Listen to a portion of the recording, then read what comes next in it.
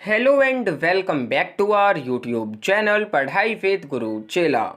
Dear students, आप सभी का स्वागत है इस यूट्यूब प्लेटफॉर्म पढ़ाई विद गुरु चेला पर। डियर स्टूडेंट्स, आज भी ये वीडियो काफ़ी इंपॉर्टेंट होने जा रही है उन तमाम स्टूडेंट्स के लिए जो प्रेजेंट टाइम में BA honours political science second semester examinations की प्रिपरेशन कर रहे हैं।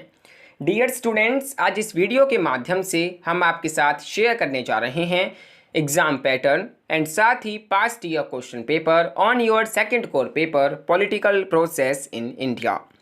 डियर स्टूडेंट्स, ये video D regular D SOL students के लिए काफ़ी इंपॉर्टेंट होने जा रही है। आप इस वीडियो के माध्यम से देख पाएंगे, समझ पाएंगे कि किस प्रकार के questions past year question paper के अंदर पूछे गए हैं, क्या बेसिक थीम रही है, क्या बेसिक आइडिया रहा है क्वेश्चंस को पूछने का, मैक्सिमम मार्क्स क्या रहे हैं एंड जो टाइम ड्यूरेशन है वो क्या रही है, किस तरह के क्वेश्चंस पूछे गए हैं, कितने नंबर ऑफ क्वेश्चंस पूछे गए हैं, कितने क्वेश्चंस आपको अटेम्प्ट करने हैं and so on. So dear students, आप बने रहिए इस वीडियो के साथ, वीडियो को एंड तक जरूर देखें। So now dear students, let's begin and try to understand the past year question paper on your second core paper political processes in India and as well as understand the exam pattern on this paper. Dear students, आप देख सकते हैं ये past year question paper है आपके BA honours political science second semester के second core paper political processes in India का। यहाँ पर ये चीज़ें आपको टॉप पर देखने को मिलती हैं जब आप ऑफलाइन एग्जामिनेशंस देने जाएंगे। अगस्त 2022 में आपके एग्जामिनेशंस जो हैं स्टार्ट हो रहे हैं, तो इस प्रकार का क्वेश्चन पेपर आपका जो है आने वाला है, जहाँ पर टॉप पर आपको देखने को मिलेगा रोल नंबर का सेक्शन, जहाँ पर आपको जो आपका रोल नंबर है वो मेंशन कर लेना है जैसे ही आपको एग्जामिनेशन हॉल में क्वेश्चन पेपर जो है आपके पास आता है। देन डियर स्टूडेंट्स, नेक्स्ट है serial number of question paper जो कि डिफरेंट होने वाला है। इस पेपर का सीरियल नंबर है 8724A। देन नेक्स्ट है यूनिक पेपर कोड जो कि काफ़ी इंपॉर्टेंट है। इसका यूनिक पेपर कोड है 1232120 ये जो है लगभग सेम होने वाला है। ठीक है डियर स्टूडेंट्स।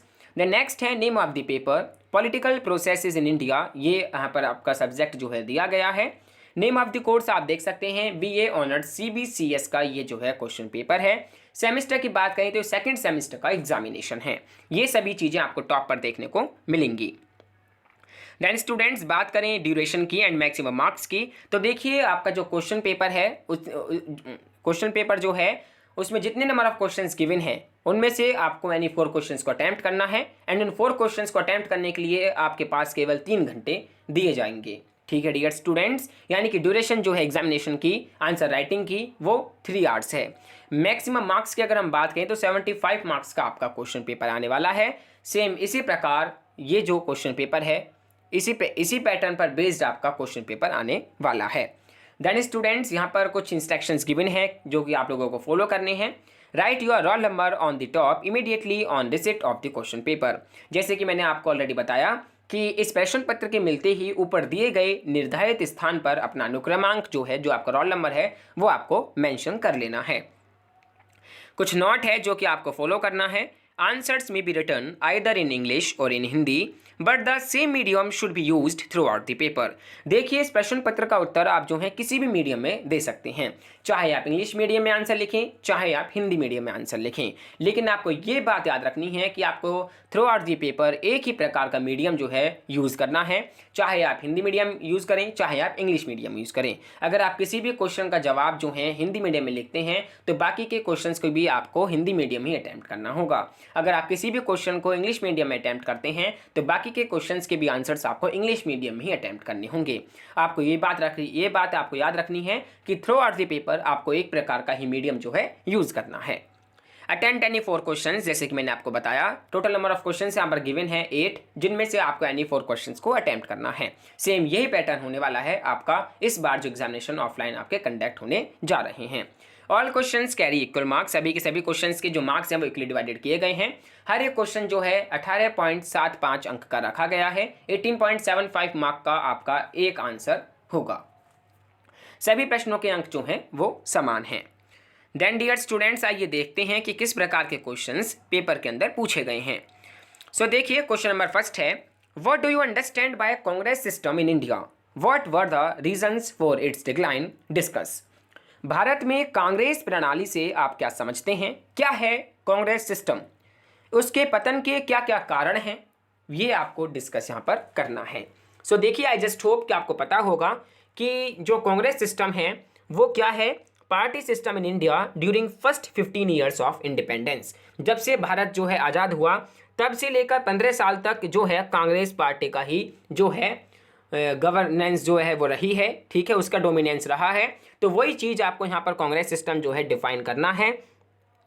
मॉरिस जॉन्स जो हैं वो इस टर्म को देते हैं कि सिंगल पार्टी डोमिनियंट सिस्टम। ये जो है फॉर्मुलेट किया गया है रजनी कोठारी के द्वारा इन हिज 2 एसेज। 1964 में उनका जो एसे था वो था the Congress system in India in Asian age, and 1974 के अंदर the Congress system revisited a decimal. ठीक है डियर स्टूडेंट्स, यहाँ पर आपको कांग्रेस सिस्टम को डिफाइन करना है, क्या उसके मेन फीचर्स हैं ये भी आपको यहाँ पर बताना है। साथ ही आपको बताना है कि जो कांग्रेस जो है वो किस प्रकार एक कॉलिशन ऑफ फैक्शंस था, ठीक है, एंड उसमें जो अपोजिशन पार्टीज थी उनका क्या रोल था, ठीक है, कौन कौन से फैक्टर्स जो थे जो उनको सपोर्ट करते थे कांग्रेस सिस्टम को, ये भी आपको बताना है। एंड किस प्रकार ये जो डिक्लाइन हुआ, किस प्रकार डिमाइस हुआ कांग्रेस सिस्टम का, ये भी आपको यहाँ पर डिस्कस करने के लिए कहा गया है। सो ये सभी चीज़ें आपको यहाँ पर बेहतर तरीके से समझानी है। हिंदी में कहें तो भारत में कांग्रेस प्रणाली से आप क्या समझते हैं, क्या अर्थ है कांग्रेस प्रणाली का, उसके पतन के क्या क्या कारण थे, ये भी आपको यहाँ पर डिस्कस करना है। आई जस्ट होप कि आपको ये बात क्लियर होगी कि आपको क्या क्या चीज़ें यहाँ पर मेंशन करनी है। देन स्टूडेंट्स, नेक्स्ट है question number 2, what are the contemporary trends in the voting behaviour of India electorate, discuss. देखिए डियर स्टूडेंट्स, यहाँ क्वेश्चन पूछा गया है भारतीय मतदाताओं के चुनावी व्यवहार में समकालीन प्रवृत्तियां कौन कौन सी हैं, कौन कौन से ट्रेंड्स हैं, ये आपको यहाँ पर बताने हैं, ये आपको यहाँ पर डिस्कस करना है। तो देखिए यहाँ पर बेसिकली जो मेन पॉइंट जो है, जो टारगेटेड पॉइंट है वो है वोटिंग बिहेवियर। अब देखिए वोटिंग बिहेवियर क्या है, सबसे पहले आपको ये पता होना चाहिए, ये आपको यहाँ पर बताना भी चाहिए। सो देखिए वोटिंग बिहेवियर की डेफिनेशन की अगर हम बात करें तो ये है study of factors which affect voters decisions. कुछ ऐसे फैक्टर्स हैं जो कि अफेक्ट करते हैं वोटर्स के डिसीजंस को to vote for a particular party. जब कोई एक इंसान जो है वो एक पार्टिकुलर पार्टी को जो है पार्टिकुलर पार्टी को जो है वो वोट करता है, ठीक है, उसको सपोर्ट करता है, तो उसके पीछे क्या उसका ट्रेंड होता है, क्या उसका बिहेवियर होता है, ये जो है वोटिंग बिहेवियर होता है। ठीक है, study of factors which affect voters decision, ऐसे फैक्टर्स जो कि वोटर्स के डिसीजंस को अफेक्ट करते हैं कि वो किस पार्टी को वोट दें एंड किस पार्टी को नहीं, ये जो है वोटिंग बिहेवियर है। अगर हम जॉर्डन मार्शल की बात करें तो ये डिफाइन करते हैं वोटिंग बिहेवियर को इस प्रकार कि study of determinants of why do the people vote as they do and how they arrive at the decisions as they make, कि जो फैक्टर्स हैं जो डिफाइन करते हैं वोटिंग बिहेवियर को, कि वो किस प्रकार जो है पीपल वोट जो है देते हैं, किस प्रकार वो जो है वहाँ तक पहुँचते हैं एंड किस प्रकार वो डिसीजंस लेते हैं, ये एक तरीके से वोटिंग बिहेवियर को डिनोट करता है। तो डियर स्टूडेंट्स, यहाँ पर आपको जो मेजर ट्रेंड्स हैं वो आपको यहाँ पर जो है डिफाइन करने हैं। अब देखिए क्या क्या फैक्टर्स हैं जो इन्फ्लुएंस करते हैं वोटिंग बिहेवियर को, जिसमें पार्टी लोकेलिटी है, कैंडिडेट है, पॉलिसी इश्यूज़ हैं एंड अदर इश्यूज़ भी हो सकते हैं। ठीक है डियर स्टूडेंट्स, तो ये जो है आपको डिस्कस करना है कैसे जो है कास्ट जो है अफेक्ट करती है वोटिंग बिहेवियर को, class as a factor for voting behaviour क्या है, ये सभी आपको चीज़ें यहाँ पर डिफाइन जो है करनी है। ठीक है डियर स्टूडेंट्स, भारतीय मतदाताओं के चुनावी व्यवहार में समकालीन प्रवृत्तियां कौन कौन सी हैं, ये आपको यहाँ पर बेहतर तरीके से डिफाइन करने के लिए कहा गया है। नेक्स्ट क्वेश्चन है question number 3, discuss the different stages of federal recognition of states in India, has it satisfied all the regional aspiration in India. Bharat में राज्यों के संघीय पुनर्गठन के विभिन्न चरणों की विवेचना कीजिए, क्या इसने भारत की सभी क्षेत्रीय आकांक्षाओं को संतुष्ट किया है।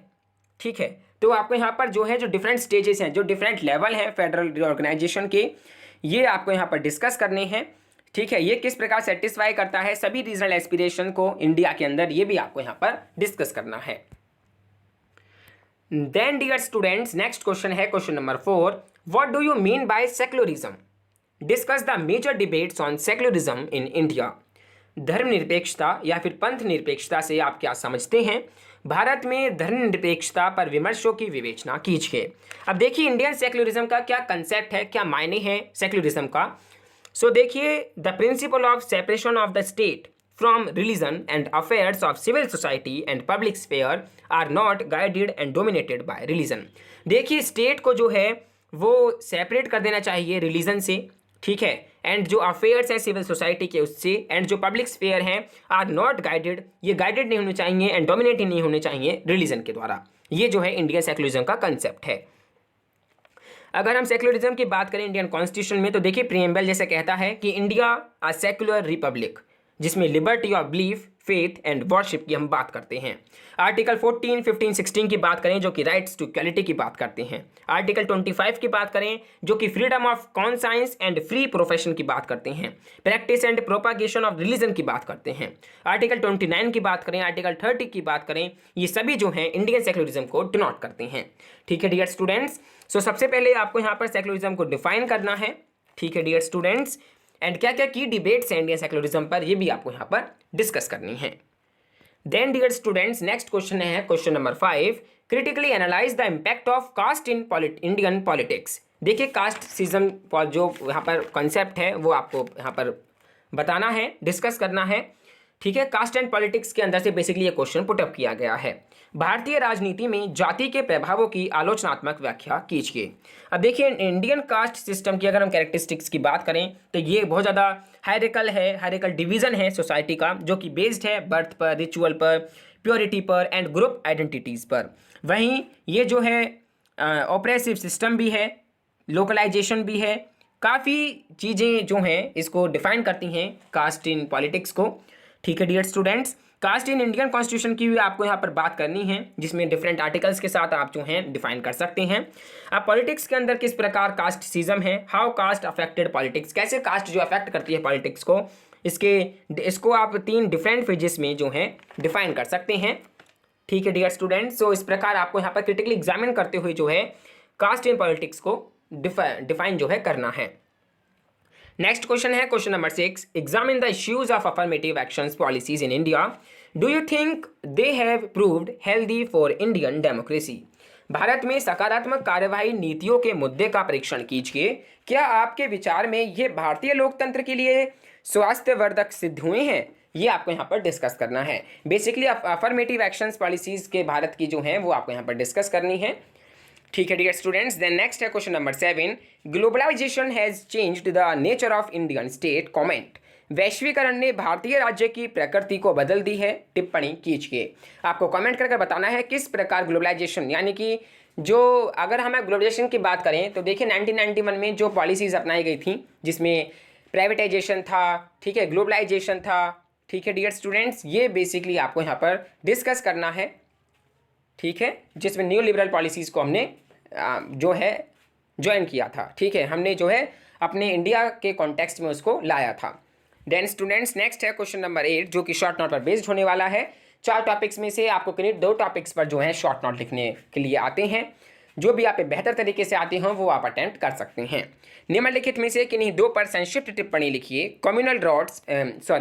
Communal riots in India, Bharat में जो सांप्रदायिक दंगे होते हैं वो आपको यहाँ पर बताना है। इलेक्टोरल रिफॉर्म्स क्या हैं, यानी कि चुनाव सुधार क्या है, ये भी यहाँ पर पूछा गया है। सेक्युलरिज्म का क्या कॉन्सेप्ट है, यानी कि धर्मनिरपेक्षता या फिर पंथ निरपेक्षता का क्या कॉन्सेप्ट है, ये भी यहाँ पर पूछा है। एंड भारतीय जनता पार्टी एक नेशनल पार्टी पर भी शॉर्ट नोट जो है पूछा गया है। सो इस प्रकार के questions past year question paper के अंदर रहे हैं। टोटल नंबर ऑफ क्वेश्चंस कितने रहे हैं स्टूडेंट्स, 8, जिनमें से आपको यानी 4 क्वेश्चंस को अटेम्प्ट करना है जो आप बेहतर तरीके से आते हों। लास्ट क्वेश्चन जो क्वेश्चन नंबर 8 है वो नॉट बेस्ड क्वेश्चंस होते हैं, जिनमें से आपको यानी 2 पर जो है शॉर्ट नोट लिखने के लिए कहा जाता है। आप किन्हीं भी 4 क्वेश्चंस को अटेम्प्ट कर सकते हैं, ये नहीं है कि आपको फर्स्ट क्वेश्चन सबसे पहले अटेम्प्ट करना जरूरी है। ठीक है dear students, and maximum marks जो है 75 हैं, ड्यूरेशन जो है 3 आवर्स रही है। इस प्रकार का एग्जाम पैटर्न रहा है। एंड इसी एग्जाम पैटर्न पर बेस्ड आपका इसी जो आपके एग्जामिनेशन होने जा रहे हैं अगस्त 2022 में, उसमें भी यही सेम टू सेम पैटर्न जो है आने वाला है।